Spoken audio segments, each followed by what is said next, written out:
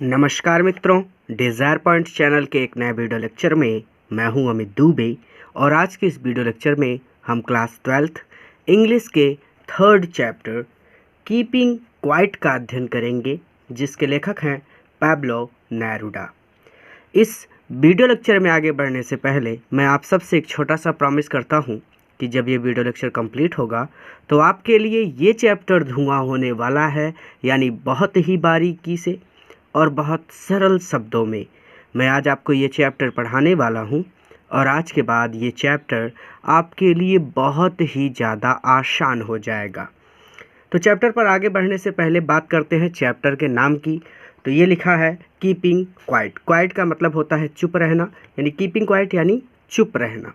तो हमारा चैप्टर यहाँ से स्टार्ट होता है। बुद्धिमान लोगों का हमेशा से ये मानना रहा है कि अगर आप चुप रहते हैं तो आप दुनिया की बड़ी से बड़ी समस्या से आसानी से उबर सकते हैं। चलिए कहते हैं कि नाउ अब वी हम विल काउंट। काउंट मतलब होता है गिनना। हम गिनेंगे टू 12 तक। अब हम 12 तक गिनेंगे। एंड वी और हम विल ऑल सभी कीप स्टिल। स्टिल का मतलब होता है स्थिर रहेंगे। और हम सभी कीप स्टिल स्थिर रहेंगे, अर्थात शांत रहेंगे। तो अब हम 12 तक गिनेंगे और हम सभी कीप स्टिल स्थिर रहेंगे, अर्थात शांत रहेंगे, कुछ भी नहीं बोलेंगे। फॉर वंस एक बार। फॉर वंस एक बार ऑन द फेस चेहरे पर। ऑन मतलब पर, फेस मतलब चेहरे पर। ऑफ द अर्थ पृथ्वी के। फॉर वंस एक बार पृथ्वी के चेहरे पर। Let's not speak. लेट्स चलो या फिर आओ। नॉट स्पीक नहीं बोलते हैं। इन एनी लैंग्वेज किसी भी भाषा में। आओ किसी भी भाषा में नहीं बोलते हैं। Let's stop. आओ बंद कर देते हैं, स्टॉप कर देते हैं। फॉर 1 सेकेंड एक सेकेंड के लिए, अर्थात स्टॉप हो जाते हैं, रुक जाते हैं। आओ एक सेकेंड के लिए या फिर कुछ सेकेंड के लिए स्टॉप, रुक जाते हैं। एंड नॉट मूव और नहीं हिलाते डुलाते हैं। आवर आर्म्स अपनी भुजाओं को, अर्थात अपने शरीर के अंगों को। सो मच इतना ज़्यादा। और हमारे शरीर के अंगों को या फिर हमारी भुजाओं को इतना ज़्यादा नॉट मूव नहीं हिलाएं डुलाएं। तो ये हो गया कि अब हम 12 तक गिनेंगे और हम सभी कीप स्टिल हो जाएंगे और हम सभी शांत रहेंगे। एक बार के लिए पृथ्वी के चेहरे पर आओ किसी भी भाषा में नहीं बोलते हैं। आओ एक क्षण के लिए या फिर एक सेकंड के लिए रुक जाते हैं। And not move our arms so much और अपने शरीर के अंगों को इतना ज़्यादा ना हिलाएं डुलाएं। अर्थात कह रहे हैं कि एकदम चुप हो जाइए, एकदम ध्यान की अवस्था में चले जाइए। जैसे ध्यान लगाता है कोई संत, तो वह एकदम अपने अंगों को नहीं हिलाता डुलाता, वो आंखें मूंद लेता है और शांत हो जाता है। तो वही चीज़ कि एंड नॉट मूव और नहीं हिलाते डुलाते हैं। और आर्म्स अपने शरीर के अंगों को, सो मच इतना ज़्यादा, और अपने शरीर के अंगों को इतना ज़्यादा या फिर बहुत ज़्यादा नहीं हिलाते डुलाते हैं। इट वुड बी, ये होगा एन एग्जोटिक मोमेंट। एक एग्जोटिक, एग्जोटिक मतलब अनोखा या फिर आकर्षक। मोमेंट मतलब क्षण। तो यहाँ एक अनोखा क्षण होगा विदाउट रस, बिना भीड़ भाड़ के। यानी जब सभी लोग शांत हो जाएंगे तो भीड़ कहाँ रह जाएगी। विदाउट इंजन, बिना इंजन के, यानी बिना मशीनों के शोरगुल के। सब लोग शांत हो गए तो इंजन कौन चलाएगा, मशीनें कौन चलाएगा, कार कौन चलाएगा, बाइक कौन चलाएगा, सभी शांत हो जाएंगे। वी वुड ऑल, हम सभी भी टुगेदर साथ होंगे। इन अ सडन स्ट्रेंजनेस। सडन का मतलब होता है अचानक, आकस्मिक या फिर एकाएक या फिर झटपट। और स्ट्रेंजनेस का मतलब होता है अनोखा या विलक्षण और विचित्र भी बोल सकते हैं। ठीक है, स्ट्रेंज मतलब होता है विचित्र। ठीक है, तो अचानक विचित्र या फिर एकाएक विचित्र या फिर अनोखा, स्ट्रेंजनेस का कई मतलब हो सकता है, विचित्र, अनोखा, विलक्षण। ठीक है, तो हम सभी टुगेदर साथ होंगे इन सडन, इस अचानक स्ट्रेंजनेस, विचित्रता में या फिर अनोखे क्षण में। ठीक है, तो it would be an exotic moment, ये एक एग्जॉटिक मोमेंट होगा, ये एक अनोखा क्षण होगा। विदाउट रश, बिना भीड़ भाड़ के, विदाउट इंजन, बिना मशीनों के शोरगुल के, we would all be together, और हम सभी एक साथ होंगे इन अ सडन स्ट्रेंजनेस, एक आकस्मिक विचित्रता में या फिर एक अचानक अनोखे क्षण में। अचानक इसलिए क्योंकि सब एक साथ ही चुप हो जाएंगे तो अचानक हो जाएगा, और अनोखा इसलिए होगा क्योंकि शोरगुल बिल्कुल भी नहीं होगा। तो अब इस शांत रहने से लाभ क्या होगा, ये प्रश्न उठ रहा होगा मन में। देखिए, जैसे परिवार का पिता होता है तो वो हमेशा परेशान रहता है पैसे कमाने के पीछे, कि किसी न किसी तरह से पैसे कमाएं, अपने परिवार का पालन पोषण करें। आप लोग हैं, आप लोग हमेशा परेशान रहते हैं कि अच्छी तरह से पढ़ाई कर लें और जीवन में कुछ बन जाएं, किसी तरह से अच्छे अंक मिल जाए ताकि घर वालों का भी नाम रोशन हो जाए। इस पूरे परेशानी के दौरान आप कभी भी बैठकर अपने बारे में कुछ नहीं सोचते, आप खुद को समय देते ही नहीं हैं। अगर आप अभी पढ़ रहे हैं इस वीडियो को तो आप अपने आप से पूछिए कि आपने आखिर अपने लिए समय कब निकाला था, जब आप शांत होकर एकदम सोच रहे थे कि आखिर आप कर क्या रहे हैं, क्यों कर रहे हैं, किस लिए कर रहे हैं। किसी के पास इतना समय नहीं है ना, सब लोग पता नहीं कहाँ व्यस्त हैं, सारा दिन बीत जाता है, सारी रात बीत जाती है, पता नहीं चलता।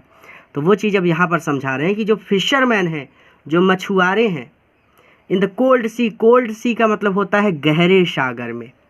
ठीक है, तो कोल्ड का मतलब वैसे तो ठंडा होता है, लेकिन यहाँ पे हम गहरा कहेंगे। ठीक है, तो गहरे सागर में फिशरमैन, मछुआरे, थोड़ा सा और जूम कर लेते हैं, वुड नॉट हार्म, हार्म का मतलब होता है नुकसान पहुँचाना, तो वुड नॉट हार्म, नुकसान नहीं पहुँचा पाएंगे वेल्स, वेल मछली को।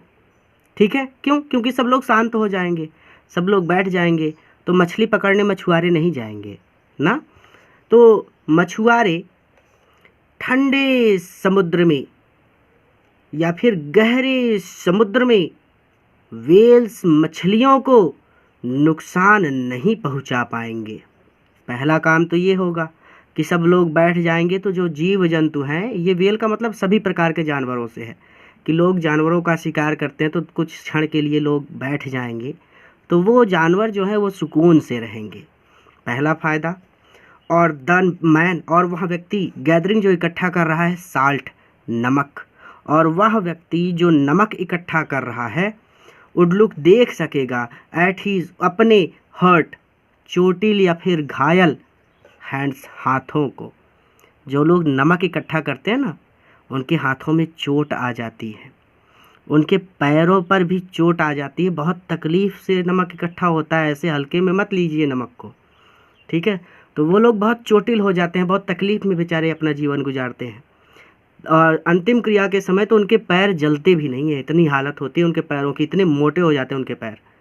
तो यही कह रहे हैं कि जो लोग, सिर्फ नमक इकट्ठा करने वालों की बात नहीं की जा रही, सभी लोग जो दुनिया में अपने काम में व्यस्त हैं, वो थोड़ी समय के लिए जब शांत हो जाएंगे तो वो कम से कम अपनी चोटों पर ध्यान दे सकेंगे, वो अपनी तकलीफ़ों पर ध्यान दे सकेंगे। सबके लिए कह रहे हैं कि थोड़ी देर के लिए रुक जाओ और अपने ऊपर भी ध्यान दो, खुद का भी ख्याल रखो। तो मछुआरे ठंडे गहरे सागर में, दोनों बोल दीजिए, ठीक है, ताकि दिक्कत ना हो। तो मछुआरे ठंडे गहरे सागर में वेल्स, मछलियों को नुकसान नहीं पहुंचा पाएंगे, और वह व्यक्ति जो नमक इकट्ठा कर रहा है वो अपने घायल हाथों को देख सकेगा। दोज, वो लोग, हु, जो, प्रिपेयर, तैयारी करते हैं, ग्रीन वॉर्स, ग्रीन वॉर्स, हरित युद्ध की, ग्रीन मतलब हरित, वॉर्स मतलब युद्ध, तो वो लोग जो हरित युद्ध की तैयारी करते हैं। अब ध्यान से समझ लीजिए हरित युद्ध क्या होता है, ये बोर्ड एग्जाम में पूछा जाता है। पहली बात तो हरित युद्ध क्या है, पहला प्रश्न ये होना चाहिए। तो हरित युद्ध का मतलब होता है वह युद्ध जो प्रकृति के विरुद्ध होता है। अब प्रकृति के विरुद्ध कैसा युद्ध? जैसे आप जंगल काट रहे हो, आप फैक्ट्रियों का गंदा पानी नदियों में बहा रहे हो, जिससे बहुत सारे जानवर मर रहे हैं। इतना शोरगुल कर रखा है, इतने वाहन हो गए हैं और इतनी फैक्ट्री हो गई हैं कि उनसे निकलने वाला धुआं वातावरण को प्रदूषित कर रहा है, जिसकी वजह से अगर गर्मी पड़ने लगे तो गर्मी ही गर्मी, ठंडी आ जाए तो ठंडी ही ठंडी, बरसात बेमौसम हो रही है। ये सारी चीज़ें आप देख सकते हो ना, अभी भी दिख रहा है बिना मौसम बरसात हो रही है। ये सारी चीज़ें आप कर रहे हो, प्रकृति नहीं कर रही है आपके साथ। ये आपका किया हुआ काम है, आपने प्रकृति के विरुद्ध युद्ध किया है और उसी को कहते हैं हरित युद्ध। जो जंगल काट रहे हो उससे वातावरण प्रदूषित हो रहा है, फैक्ट्रियाँ वातावरण को प्रदूषित कर रही हैं। तो हर तरह से आप प्रकृति से युद्ध करने पर तुले हुए हो और इसका परिणाम ये होगा कि आप सब समाप्त हो जाओगे, ये धरती समाप्त हो जाएगी अगर ऐसे चलता रहा तो वो लोग जो हरित युद्ध की तैयारी करते हैं, अगर ये चीज़ बोर्ड में पूछी जाती है कि हरित युद्ध से क्या मतलब है कवि का, तो आप सीधा सीधा लिख दीजिएगा कि कवि पर्यावरण को प्रदूषित करने वाले जैविक हथियारों और गतिविधियों का उल्लेख कर रहे हैं। तो जैविक हथियार हैं हमारे पास और हमारी जो गतिविधियां हैं उनका उल्लेख यहाँ पर कर रहे हैं ग्रीन वार्स से। ठीक है, तो those who prepare green wars, वो लोग जो हरित युद्ध की तैयारी करते हैं।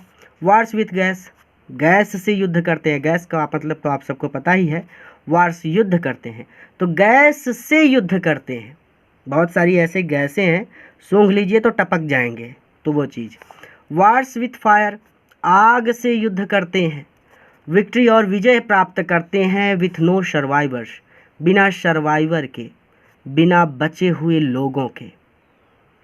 युद्ध होता है जब तो क्या होता है, बहुत से लोग मारे जाते हैं और बहुत कम लोग ही जिंदा बचते हैं, तो बिना बचे हुए लोगों के विजय प्राप्त करते हैं।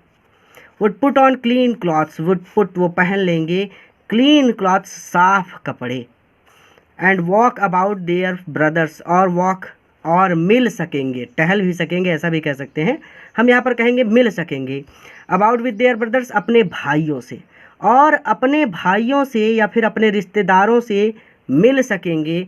इन द शेड, छाया में, शेड का मतलब छाया में। डूइंग नथिंग, कुछ भी ना करते हुए। तो इसका रिवीजन कर लेते हैं कि वो लोग जो हरित युद्ध की तैयारी करते हैं, गैस के साथ युद्ध करते हैं या फिर गैस से युद्ध करते हैं, ऐसे भी पढ़ सकते हैं।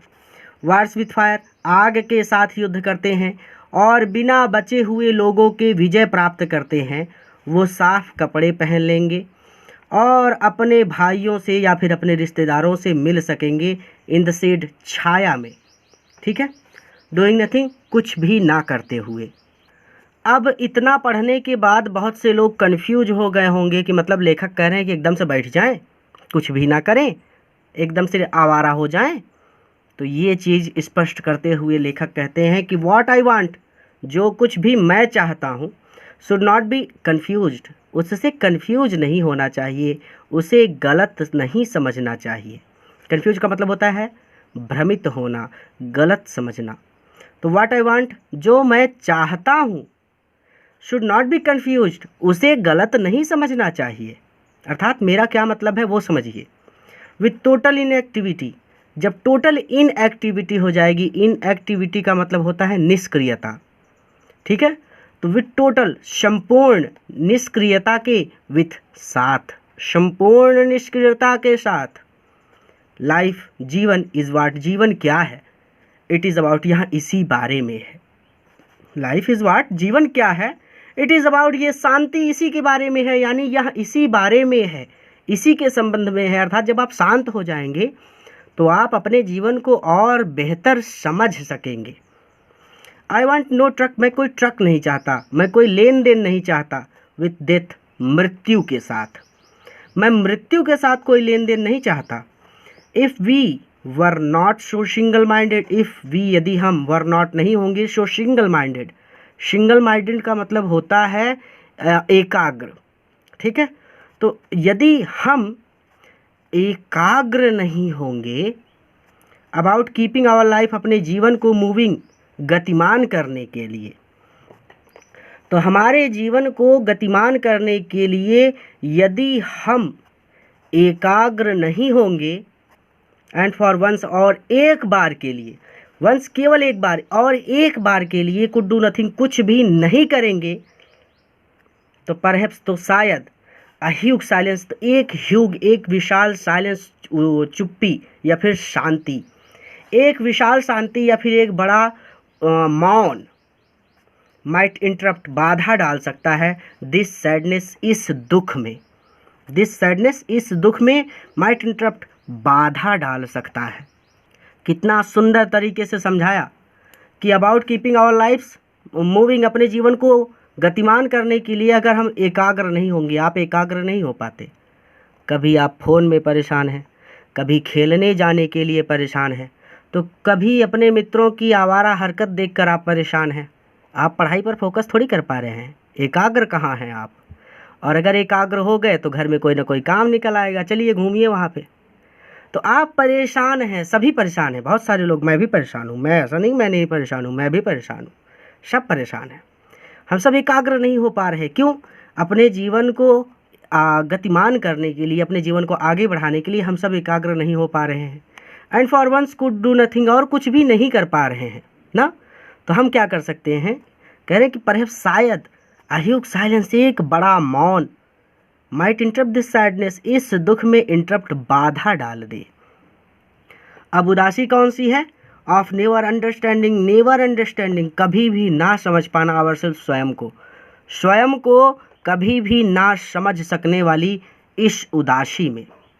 एंड क्रिएटिंग, और हमें डराया जाता है, आवरसेल्फ यानी हमें डराया जाता है, विथ डेथ, मृत्यु के भय से, और हमें मृत्यु के भय से डराया जा रहा है।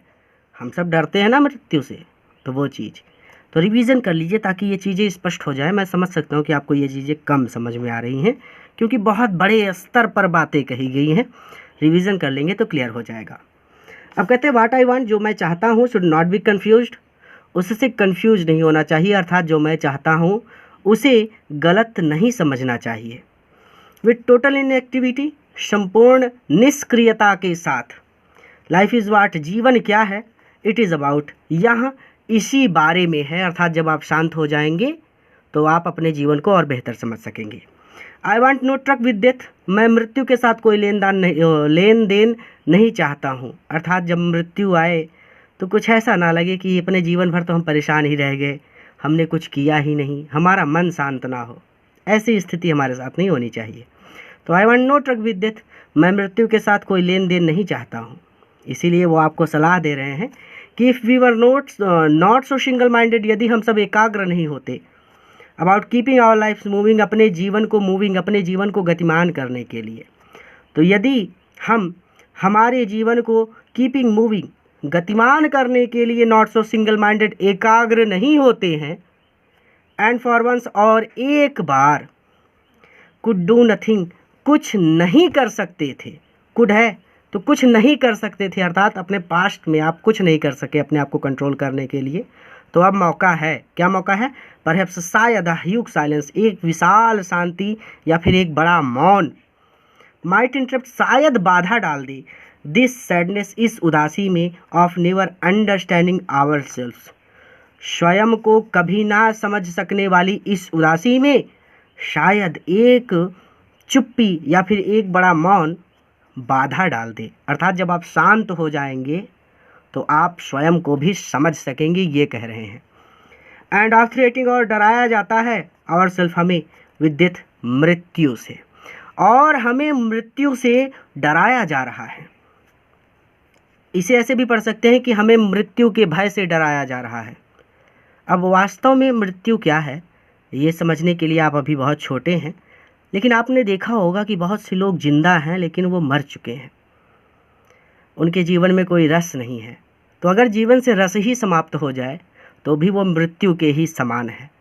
तो ये ज़रूरी है कि आप समझें कि वास्तव में जीवन क्या है और मृत्यु क्या है, ठीक है। और इसके लिए लेखक कहते हैं कि हमें कुछ देर के लिए शांत हो जाना चाहिए और अपने लिए भी समय निकालना चाहिए, ताकि हम अपने जीवन में सपने देख सकें और उन सपनों को सच करने का पूरा प्रयास कर सकें और अपना एक इतिहास रच सकें। और ये तभी संभव है जब आप शांत हो जाएंगे, क्योंकि जो बादल गरजते हैं वो कभी बरसते नहीं हैं।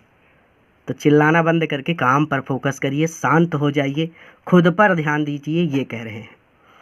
अगर कोई दिक्कत है तो वीडियो को फिर से स्टार्ट करके देख लीजिएगा। मैं थोड़ा बाहर आया हुआ हूँ, इसलिए ये लेक्चर थोड़ा सा मैं बार बार रिवीजन नहीं करवा पा रहा, ठीक है।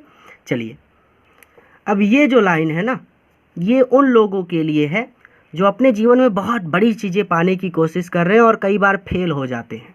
तो कहते हैं कि परहैप्स शायद the earth Prithvi can teach us, हमें टीच कर सकती है, हमें सिखा सकती है। एज वेन, क्योंकि वेन एक ऐसा समय होता है जब एवरीथिंग, सब कुछ, सीम्स डेड, मृत प्रतीत होती है, मरी हुई साबित हो जाती है। एंड लेटर और बाद में proves to be alive, proves सिद्ध होती है। टू बी अलाइव, जिंदा या फिर जीवित। अब ये कौन सी बात है, प्रकृति में ये चीज़ें कैसे सीख सकते हैं। देखिए, जब पतझड़ का मौसम आता है ना प्रकृति में, तो पेड़ों के सारे पत्ते झड़ जाते हैं, उनकी सिर्फ डालियाँ सूखी सूखी रह जाती हैं और ऐसा लगता है कि ये पेड़ मर गया। अब ये पेड़ सूख गया है, लेकिन जैसे ही वसंत का मौसम आएगा, उसी पेड़ पर नए पत्ते, नए फूल, नए फल आ जाते हैं और ऐसा लगता है कि ये पेड़ जीवित हो गया। अर्थात आपके जीवन में बहुत सारे ऐसे क्षण आएंगे जब आपको लगेगा कि सब कुछ समाप्त हो गया, यानी पृथ्वी की ही तरह की मर गया सब कुछ।